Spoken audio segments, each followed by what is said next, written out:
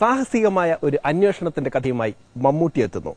വിറപ്പിക്കുന്ന ഡയലോഗുകളുമായി മമ്മൂട്ടിയുടെ നരേന്ദ്രൻ എന്ന police officer ഇനി മുതൽ കേരളത്തിലെ തിയേറ്ററുകളിൽ ഉണ്ടാകും. രൗദ്രം എന്ന പേരിൽ തന്നെ കഥാപാത്രത്തിന്റെ മുഴുവൻ ഉശിരും പ്രകടമാക്കിക്കൊണ്ടാണ് രഞ്ജിപ്പണി ചിത്രം ഒരുക്കിയത്. ഇടവേളകൾ കഴിഞ്ഞെത്തുന്ന മമ്മൂട്ടിയുടെ കരുത്തുറ്റൊരു പോലീസ് കഥാപാത്രമാണ് രൗദ്രത്തിലെ നരേന്ദ്രൻ.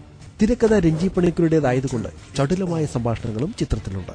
ജനങ്ങളുടെ സ്വത്തും ജീവനും സ്വൈരജീവിതവും സംരക്ഷിച്ചു പിടിക്കാൻ അതാണ് പോലീസ്.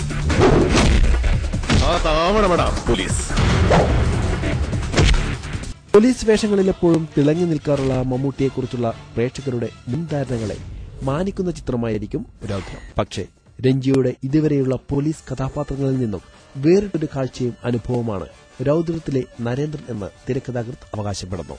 രഞ്ജിപ്പണിക്കരുടെ രണ്ടാമത് സംവിധാന സംരംഭം കൂടിയാണിത്.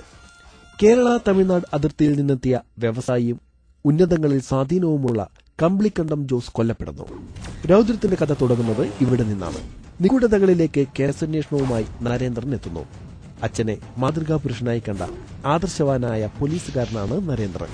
നരേന്ദ്രന്റെ നിശ്ചയദാർഢ്യവും സാഹസികമായ ഉയർത്തെഴുന്നേൽപ്പും പോരാട്ടവുമൊക്കെയാണ് രൗദ്രത്തിൽ ചിത്രീകരിക്കപ്പെട്ടിട്ടുള്ളത്.